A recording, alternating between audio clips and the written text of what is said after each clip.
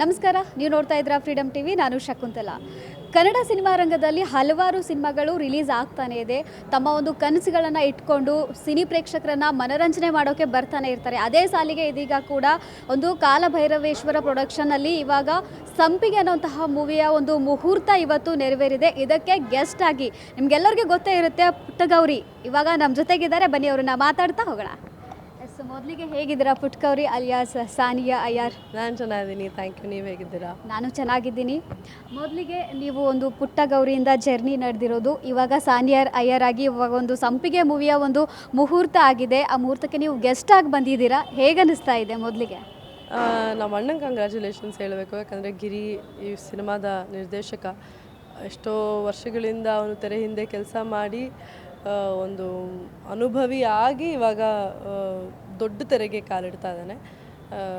So ಅವನಿಗೆ all the very best ಅಂತ ಹೇಳೋಕ್ಕೆ ಇಷ್ಟಪಡ್ತೀನಿ. And I have seen his work, his vision, ಅದು ಕೊನೆಗೂ ಜನರಿಗೆ ತಲುಪ್ತಾ ಇದೆಯಲ್ಲ ಅನ್ನೋದು ನನ್ನ ಖುಷಿ.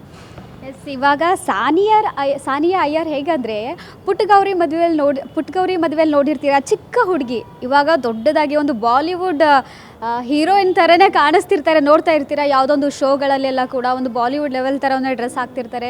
ನೋಡ್ತಾ ಇರ್ಬೋದು ನೀವು ಕೂಡ. ಇವಾಗ ಆ ವಿಚಾರಕ್ಕೆ ಮಾತಾಡ್ತಾ ಹೋಗೋಣ. ಅವ್ರ ಜೊತೆ ಕೆಲವೊಂದಿಷ್ಟು ಅಪ್ಡೇಟ್ ಟಿಪ್ಸ್ಗಳನ್ನು ಕೇಳೋಣ. ಎಸ್, ಇವಾಗ ನೀವು ಒಂದು ಸ್ಯಾಂಡಲ್ವುಡ್ನಲ್ಲಿ ಯಾವುದೇ ಫಂಕ್ಷನ್ಗಳು ನಡೀಲಿ, ಯಾವುದೇ ಒಂದು ಶೋಗಳಿಗೆ ಹೋದರೂ ಕೂಡ ನೀವು ಒಂದು ಡ್ರೆಸ್ ಹಾಕ್ತೀರಾ, ಒಂದು ಬಾಲಿವುಡ್ ಥರ ಡ್ರೆಸ್. ಈಗ ನೋಡಿದ್ಮೇಲೆ ಕೆಲವೊಂದಿಷ್ಟು ಕಮೆಂಟ್ಗಳಲ್ಲಿ ನೋಡ್ತಾ ಇರ್ತೀವಿ, ಇವಾಗ ಸ್ಯಾಂಡಲ್ವುಡಲ್ಲಿ ಬಾಲಿವುಡ್ ಹೀರೋಯಿನ್ ಕೂಡ ರೆಡಿ ಆಗ್ತಾ ಇದ್ದಾರೆ ಅನ್ನೋ ಥರ ಕಮೆಂಟ್ಸ್ಗಳು ಕೂಡ ನೋಡ್ತಾ ಇರ್ತೀವಿ. ಖುಷಿ ಆಗುತ್ತೆ. ನಮ್ಮ ಒಂದು ಸ್ಯಾಂಡಲ್ವುಡ್ನ ಒಂದು ಹುಡುಗಿ, ಚಿಕ್ಕ ಹುಡುಗಿಯಿಂದ ಇವಾಗ ದೊಡ್ಡ ಬೆಳೆದು ಇವಾಗ ಒಂದು ಕಮೆಂಟ್ಸ್ಗಳನ್ನು ನೋಡೋದಾದರೆ ತುಂಬ ಸಪೋರ್ಟಿವ್ ಆಗಿ ಮಾಡ್ತಾ ಇದ್ದಾರೆ ಇವ್ರನ್ನ ಅಂತ ನೋಡ್ತಾ ಇರ್ತೀವಿ. ಏನು ಅನಿಸುತ್ತೆ ಈ ಒಂದು ಸಪೋರ್ಟಿವ್ ಕಮೆಂಟ್ಸ್ಗಳಿಗೆಲ್ಲ?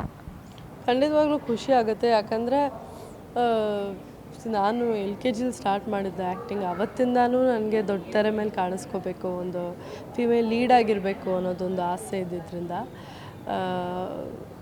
ಜನ ಆ ಆಸೆನ ಇನ್ನೂ ಹುರಿದುಂಬಿಸ್ತಾ ಇದ್ದಾರೆ, ಅದಕ್ಕೆ ಇನ್ನೂ ಪ್ರೋತ್ಸಾಹ ನೀಡ್ತಾ ಇದ್ದಾರೆ ಅಂತ ಗೊತ್ತಾದಾಗ ನಮಗೂ ಇನ್ನೂ ಹೆಚ್ಚು ಕನಸು ಕಾಣೋಕ್ಕೆ ಒಂದು ಶಕ್ತಿ ಸಿಕ್ಕಂಗೆ ಆಗುತ್ತೆ.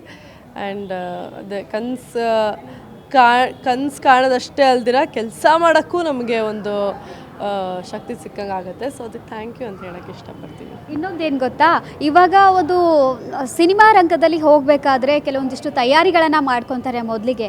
ನೀವು ಯಾವ ರೀತಿ, ಇವಾಗ ಒಂದು ನಾಯಕಿ ನಟಿ ಆಗ್ಬೋದು, ಆ್ಯಕ್ಟ್ರ್ ಅಂದಮೇಲೆ ಒಂದಿಷ್ಟು ತಯಾರಿಗಳನ್ನು ಮಾಡ್ಕೊತಿರ್ತಾರೆ.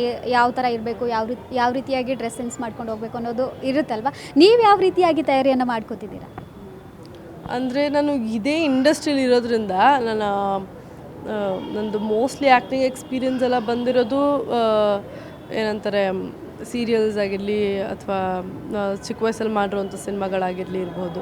ಬಟ್ ಇವಾಗ ನಾವು ಬೆಳೀತಾ ಅದು ಚಾಪ್ಟರ್ ಬೇರೆ. ಇವಾಗ ನಾವು ಏನಂತ ಬೇರೆ ಬೇರೆ ಟೆಕ್ನಿಕ್ಸ್ಗಳನ್ನ ಅಳವಡಿಸ್ಕೋಬೇಕಾಗತ್ತೆ ಆ್ಯಕ್ಟಿಂಗ್ ವಿಚಾರದಲ್ಲಿ. ಅಥವಾ ಏನೋ ಬೇರೆ ಬೇರೆ ಗುರುಗಳ ಹತ್ರ ಕಲಿತಾಗ ಅವ್ರದ್ದೇ ಆದ ಒಂದು ಟಿಪ್ಸ್ ಇರುತ್ತೆ, ಅವ್ರದ್ದೇ ಆದ ಒಂದು ಸೀಕ್ರೆಟ್ಸ್ ಇರುತ್ತೆ. ಅದನ್ನು ನಾವು ಗಮನದಲ್ಲಿ ಇಟ್ಕೊಬೇಕು ಅಂತ ಹೇಳ್ಬೋದು. At the end of the day ಯಾರು ಏನೇ ಹೇಳಿದ್ರು ನೀವು ಏನು ಮಾಡಬಹುದು, ನಿಮ್ಮ ಒಳಗಡೆ ಒಂಥರ ಕ್ರಿಯಾಶೀಲತೆ ಶಕ್ತಿ ಇರುತ್ತಲ್ಲ, ಅದನ್ನು ನೀವು ಯಾವ ಥರದಲ್ಲಿ ನೀವು ಆಚೆ ತರಬಹುದು ಅನ್ನೋದನ್ನು ನೀವೇ ಕೂತ್ಕೊಂಡು ಖುದ್ದಾಗಿ ಬರೆದೋ ಓದಿನೋ ಅದನ್ನು ನೀವು ಡೆವಲಪ್ ಮಾಡ್ಕೋಬೇಕಾಗಿದೆ. ಅಥವಾ ಪದೇ ಪದೇ ನೀವು ಆ್ಯಕ್ಟಿಂಗ್ ಮಾಡ್ತಾ ಅದು ನಿಮ್ಮಲ್ಲೇ ಒಂದು ಹುಟ್ಕೊಳ್ಳುತ್ತೆ.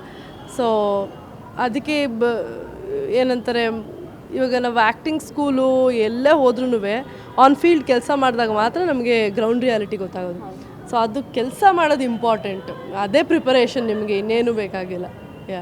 ಇನ್ನೊಂದು ಹೇಳೋದಾದರೆ, ಬಿಗ್ ಬಾಸಿಗೆ ಹೋದ್ ಬಂದ ತಕ್ಷಣ ಕೆಲವೊಬ್ಬರು ಲಕ್ ಚೇಂಜ್ ಆಗುತ್ತೆ. ಹುಡುಗರಿಗಾಗಲಿ ಒಂದು ಹೀರೋ ಕ್ಯಾರೆಕ್ಟರ್ ಆಗಲಿ, ಹುಡುಗಿಯರಿಗಾಗಲಿ ಹೀರೋಯಿನ್ ಥರ ಆಪರ್ಚುನಿಟಿಗಳೆಲ್ಲ ಬರ್ತಿರ್ತಂತೆ.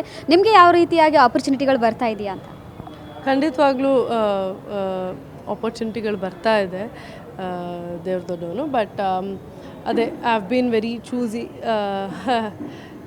ಇದು ಮಾಡಬೇಕಾ ಅದು ಮಾಡಬಾರ್ದಾ, ಅದು ಇದು ಅಂತ. ಬಟ್ ಅತಿ ಶೀಘ್ರದಲ್ಲೇ ನಿಮಗೂ ಗೊತ್ತಾಗುತ್ತೆ ಇದ್ರ ಬಗ್ಗೆ. ಒಂದು ಸ್ಯಾಂಡಲ್ವುಡ್ಗೆ ಎಂಟ್ರಿ ಕೊಡಬೇಕಾದ್ರೆ ಮೊದಲನೇ ಫಿಲಮ್ ನಿಮ್ಮದು ಒಂದು ಸ್ಕ್ರೀನ್ ಮೇಲೆ ಕಾಣಿಸ್ಕೋಬೇಕಾದ್ರೆ ಒಂದು ಆಸೆ ಇರುತ್ತಲ್ವಾ, ಇದೇ ಒಂದು ಸಿನಿಮಾವನ್ನು ಮಾಡ್ಕೋಬೇಕು, ಈ ಒಂದು ಪ್ರಾಜೆಕ್ಟನ್ನು ಒಪ್ಕೋಬೇಕು ಒಪ್ಕೋಬಾರ್ದು ಅನ್ನೋದು ಕೂಡ ಭಯ ಇರುತ್ತೆ, ನಿಮಗೂ ಕೂಡ ಆ ಥರ ಇರ್ಬೋದು.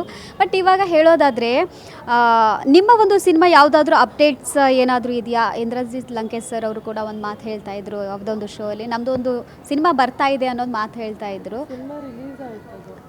ಏನು ಇನ್ನೊಂದು ಮಾತು ಗೌರಿ ಬಗ್ಗೆ ಹೇಳ್ತಾ ಇದ್ದೀರಾ? ಇಲ್ಲ, ಯಾವುದೋ ಇನ್ನೂ ರೀಸೆಂಟ್ಲಿ ಆಗಿ ಹೇಳ್ತಾ ಇದ್ರು, ಅದಕ್ಕೆ ಕೇಳಿದೆ ನೀವೇನಾದರೂ ಇದ್ದೀರಾ ಅಂತ. ಇಲ್ಲ, ಅವರ ನಿರ್ದೇಶನದಲ್ಲಿ ಗೌರಿ ಚಿತ್ರ ಮಾಡಿದೆ ನಾನು, ಸಮರ್ಜಿತ್ ಲಂಕೇಶ್ ಅವ್ರ ಮಗನ ಹೀರೋ ಆಗಿ.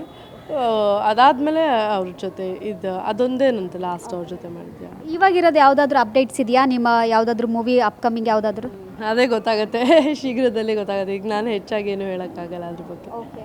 ಇನ್ನು ಈ ಸಂಪಿಗೆ ಮೂವಿಯ ಒಂದು ಮುಹೂರ್ತ ಆಗಿದೆ, ಏನಿದೆ ಇದರ ಒಂದು ಕಥೆ ಹೇಳೋದಾದರೆ? ಸಂಪಿಗೆ ಅಂದರೆ ಒಂದು ಹೂವಿದೆ, ಅದ್ರ ಮೇಲೆಲ್ಲ ಒಂದು ರಕ್ತದ ಕಲೆ ಥರ ತೋರಿಸಿದ್ದಾರೆ. ಹೇಳೋದಾದ್ರೆ ಏನಿರ್ಬೋದು ಈ ಒಂದು ಚಿತ್ರದ ಬಗ್ಗೆ ಅಂತ, ಕಥೆ ಬಗ್ಗೆ ಅಂತ ಕುತೂಹಲ ಇರುತ್ತೆ. ನನಗೆ ಕುತೂಹಲ ಏನಿರ್ಬೋದು ಚಿತ್ರದ ಬಗ್ಗೆ ಅಂತ. ಯಾಕಂದರೆ ಅವನು ಹಾಗೆ ನಮ್ಮ ಹತ್ರ ಏನು ಹೇಳ್ಕೊಳ್ಳಲ್ಲ, ಅವನು ಯಾವ ಥರ ಏನು ಮಾಡ್ತಿದ್ದಾನೆ ಅಂತ ಅವನು ಮಾಡಿ ತೋರಿಸ್ತಾನೆ. ಸೊ ಅದು ರಿಲೀಸ್ಗೆ ನಾವೇ ಕಾಯ್ತಾ ಇದ್ದೀವಿ. ಕೊನೆಯದಾಗಿ ಏನು ಹೇಳ್ತೀರಾ ಈ ಸಂಪಿಗೆ ಮೂವಿ ಬಗ್ಗೆ? ಒಂದು ಲೈನಲ್ಲಿ ಒಂದು ಕಾನ್ಸೆಪ್ಟ್ ಕೇಳಿದಾಗ ತುಂಬ ಇಂಟ್ರೆಸ್ಟಿಂಗ್ ಆಗಿದೆ ಅಂತ ಅನ್ನಿಸ್ತು. ಇದುವರೆಗೂ ನಾನು ಎಲ್ಲೂ ಕೇಳಿರಲಿಲ್ಲ. ಅಥವಾ ಯೂಶ್ವಲಿ ನಮಗೇನಂದರೆ ಫಸ್ಟ್ ಒಂದು ಲೈನ್ ಹೇಳಿದ ತಕ್ಷಣ ಇದು ಆ ಮೂವಿ ಥರ ಇದೆ, ಈ ಮೂವಿ ಥರ ಇದೆ ಅಂತ ಕಂಪ್ಯಾರಿಸನ್ ಮಾಡ್ಕೋತೀವಿ. ಬಟ್ ಇದು ಕಂಪೇರ್ ಮಾಡೋಕ್ಕೆ ನನಗೆ ಒಂದೂ ಉದಾಹರಣೆ ಸಿಗಲೇ ಇಲ್ಲ. ಸೊ ಅಲ್ಲೇ ಸ್ಕ್ರಿಪ್ಟ್ ಗೆಲ್ತು ಅಂತ ಹೇಳ್ಬೋದು. ಸೊ ಇದನ್ನು ಅವನು ವಿಜುವಲಿ ಅವನು ಈಸ್ ವೆರಿ ವೆರಿ ಪ್ರಿಪೇರ್ಡ್, ಅದನ್ನು ಹೆಂಗೆ ಮೂವಿ ಮೇಲೆ ಇದು ತೆರೆ ಮೇಲೆ ತರಬೇಕು ಅನ್ನೋದನ್ನು.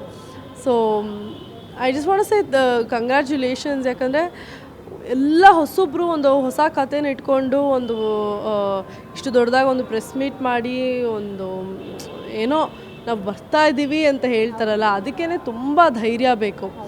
ಇಷ್ಟು ಧೈರ್ಯ ಮಾಡಿ ಅವ್ನು ಇಲ್ಲಿವರೆಗೂ ಬಂದಿಯಾನೆ, ಆ ಧೈರ್ಯನೇ ಅವನು ಇನ್ನೂ ಮುಂದಕ್ಕೆ ಕರ್ಕೊಂಡು ಹೋಗುತ್ತೆ. So all the very best team ಸಂಪಿಗೆ ಅಂತ ಹೇಳ್ತೀನಿ. ಇನ್ನೊಂದು ಕೊನೆಯದಾಗಿ ಈ ಮೂವಿಯಲ್ಲಿ ನಿಮ್ಮದು ಏನಾದರೂ ಪಾತ್ರ ಇದೆಯಾ ಏನು ಅನ್ನೋದು, ಯಾವುದು ಬಿಟ್ಕೊಡ್ತಾ ಇಲ್ಲ ಟೀಮು, ನೀವು ಏನಾದರೂ ಆ್ಯಕ್ಟ್ ಮಾಡ್ತಿದ್ದೀರಾ, ಜಸ್ಟ್ ಗೆಸ್ಟಾಗಿ ಬಂದಿರೋದಾ ಹೇಗೆ ಅಂತ? ಇಲ್ಲ, ಅವ್ನು ನಮ್ಮ ಅಣ್ಣ, ಸೊ ಅವನಿಗೆ ಸಪೋರ್ಟ್ ಮಾಡೋಕ್ಕೆ ಬಂದಿರೋದು ಅಷ್ಟೇ, ಆಸ್ ಫ್ಯಾಮಿಲಿ ಬಂದಿರೋದು, ಇನ್ನೇನು ಇಲ್ಲ. Thank you ma'am. Thank you so much. Yes, ನೋಡಿದ್ರಲ್ಲ ಸಾನಿಯಾ ಅಯ್ಯರ್ ಅವರ ಮಾತು ಇದಾಗಿತ್ತು. ನೀವು ನೋಡ್ತಾ ಇದ್ದೀರಾ ಫ್ರೀಡಮ್ ಟಿವಿ, ಇದು ಜನಸಾಮಾನ್ಯರ ಚಾನಲ್.